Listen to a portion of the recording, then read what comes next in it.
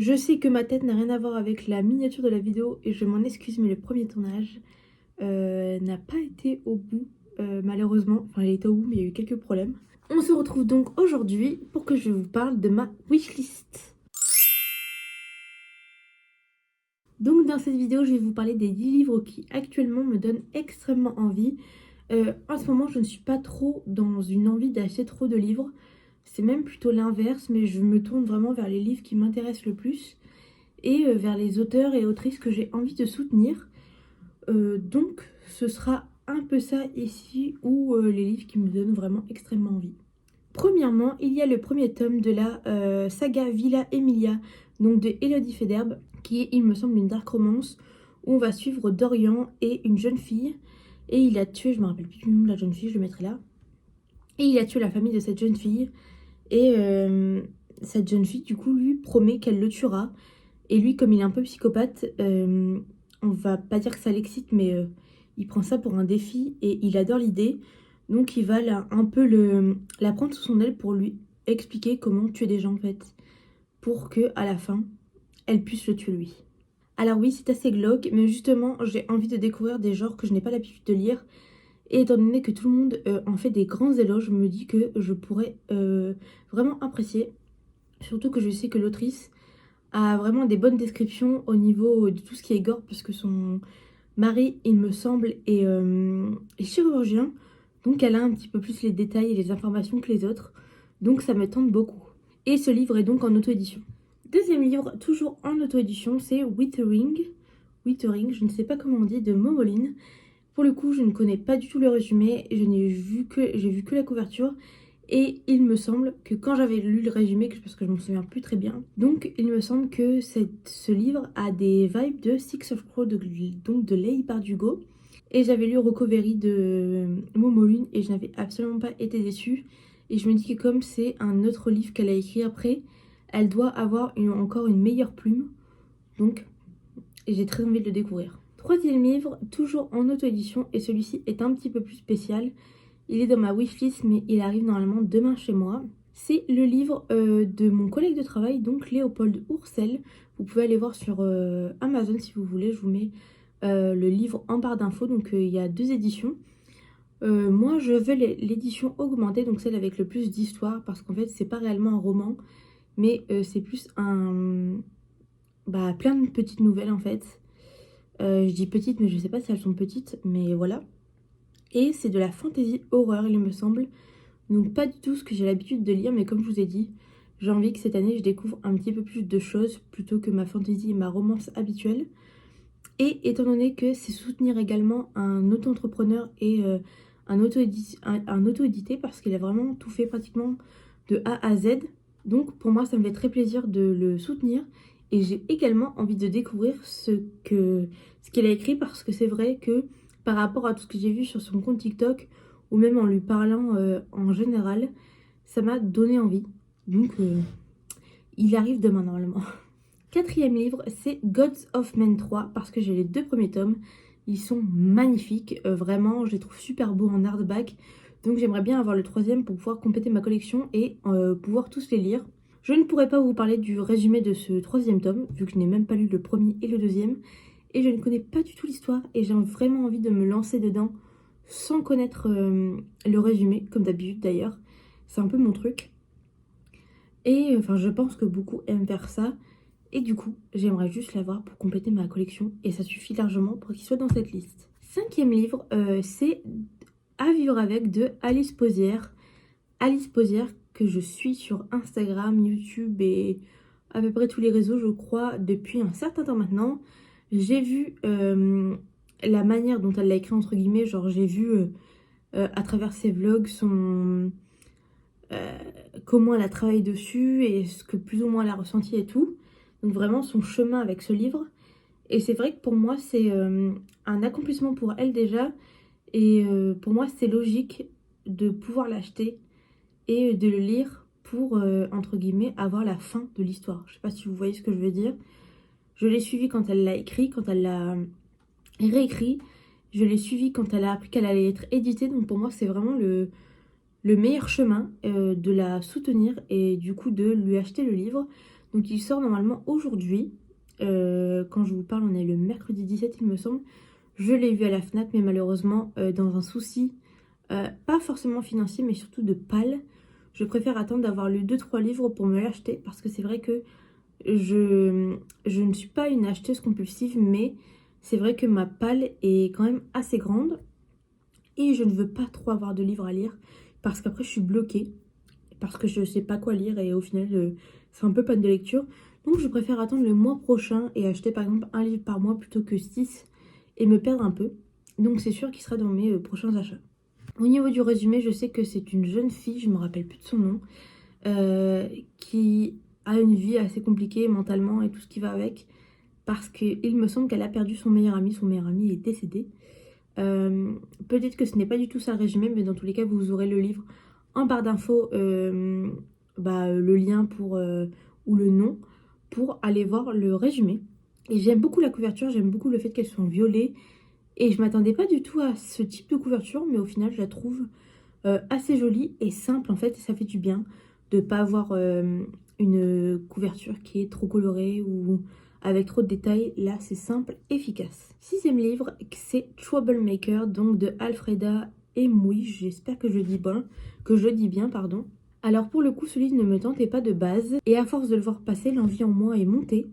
Et j'ai vu un TikTok comme quoi il avait été vendu plus de 20 000 fois. 20 000 exemplaires vendus de ce livre, ce que je trouve énorme, parce que je crois que c'est assez rare pour, entre guillemets, des auteurs-autrices qui ne sont pas très connus. Je ne sais pas du tout si elle est connue. Moi, personnellement, je ne la connais pas, donc n'hésitez pas à me dire si vous la connaissiez pour un autre livre que Troublemaker. Mais du coup, en ayant lu le résumé, ça parle un peu de deux voisins. Donc une voisine qui est assez calme et qui a une vie assez posée. Et son voisin est quelque chose comme... c'est quelqu'un qui va tuer les gens pour les autres en fait. Je sais plus le nom. Un tueur à gages, je pense que ça doit être ça. Et leurs destins vont un peu s'entremêler. Et peut-être que le personnage masculin va entrevoir ce que c'est la vie. Une vie calme en fait et paisible et entre guillemets avec l'amour et tout ça. Et comment elle va réagir face au fait qu'elle apprenne qu'il est dans toutes ces histoires. Donc une fois que j'ai lu le résumé et que j'ai vu la couverture, j'ai grave eu envie de le découvrir, parce que c'est vrai que c'est des livres que je lisais quand j'étais adolescente sur Wattpad, ce genre de choses. Et je sais pas, ça me titille et j'ai très hâte de le découvrir. Le 8e livre qui est sorti récemment, c'est I Kiss Sarah Wheeler, donc de Casey McQuiston. J'ai mis celui-ci, mais tous ceux de Casey McQuiston me tentent, mais ils sont énormes. Et I Kiss Sarah Wheeler, on va pas se le cacher, mais la couverture est juste magnifique. Et encore une fois, cette histoire d'enquête, vous voyez que je suis dans une vibe avec des histoires d'enquête, me tente énormément. Donc je me suis dit que c'était... En plus, il n'est pas très cher, je trouve, comparé au format et au nombre des pages. Je trouve ça super avantageux, comparé à d'autres livres où il y a moins de pages et qui sont plus chers. Et même si j'ai tendance à préférer les poches, ça m'arrive d'acheter des brochets, même la plupart du temps en réalité. Parce que les poches, souvent, je me les fais offrir, c'est marrant. Et celui-ci en particulier me tente énormément. Je ne me rappelle pas du tout du résumé, du coup, mis à part le fait qu'il y ait peut-être une histoire de disparition et que la dernière personne qu'il a embrassée soit liée à ça, enfin je ne sais plus exactement, mais ça me tente beaucoup. Et les avis que j'ai lus dessus sont assez mitigés, et donc j'ai envie de décider par moi-même ce que je pense de ce livre. 8e livre que peut-être vous avez vu passer, c'est Ici et seulement ici, donc de Christelle Dabos. Donc c'est celle qui a écrit la saga La Passe Miroir, que j'avais beaucoup aimée. Et je sais que pour le coup, ce livre n'a rien à voir avec la saga La Passe Miroir. Et il a beaucoup été décrit d'OVNI. Et je sais que beaucoup de gens l'ont beaucoup apprécié et ont été peut-être un peu surprises de cette nouvelle histoire et de cette nouvelle, de ce nouveau livre. Parce que c'est vrai qu'on connaît Christelle Dabos avec la fantaisie fantastique, mais absolument pas avec d'autres genres. Et tous les avis élogieux m'ont beaucoup donné envie de le découvrir. Je ne connais pas réellement le résumé non plus. Il me tente énormément par rapport à tous les avis positifs qu'on a vu passer. Et c'est vrai qu'à chaque fois, il y avait des adjectifs assez rares. Et le mot ovni, mais j'ai l'impression que j'ai que le mot ovni en tête. Le fait que ce livre soit un ovni. Déjà que de base, La Passe Miroir est un livre assez original.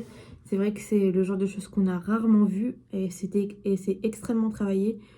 Donc j'ai espoir que ce nouveau roman, qui est d'un genre différent, soit tout aussi bien. On passe ensuite à l'avant-dernier livre qui est Shameless, donc le premier tome séquel de Isis Mahé. Pareil, un peu comme Alice, j'ai suivi sur TikTok un peu le processus d'écriture qu'elle a eu, le moment où elle a su qu'elle allait être éditée, qu'elle l'a dit à tout le monde, quand j'ai découvert la couverture et tout.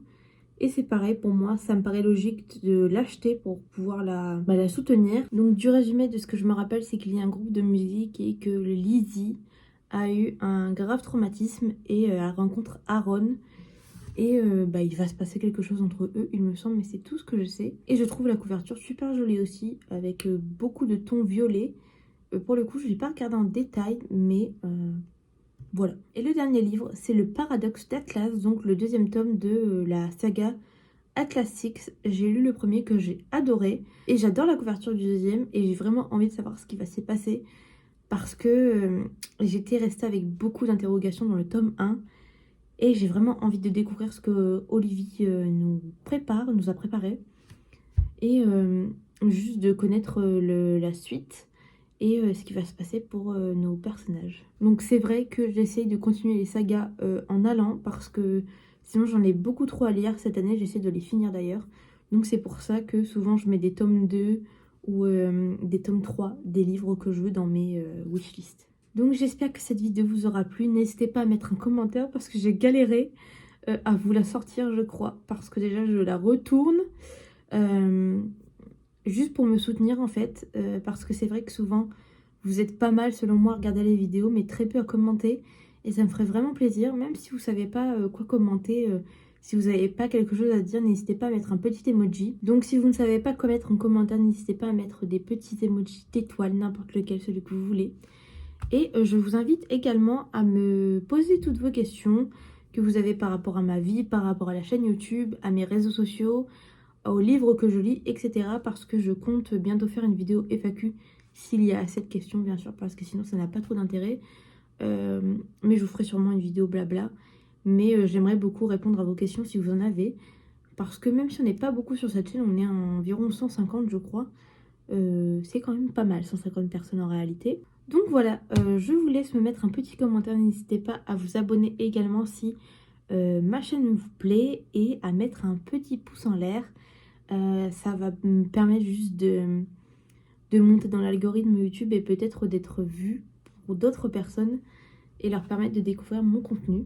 Donc je vous retrouve la semaine prochaine pour une nouvelle vidéo en espérant que celle-ci sera tournée correctement et que je ne serai pas aussi fatiguée parce qu'on le voit à ma tête. Donc je vous fais des gros bisous et je vous dis à la semaine prochaine et merci infiniment de me suivre.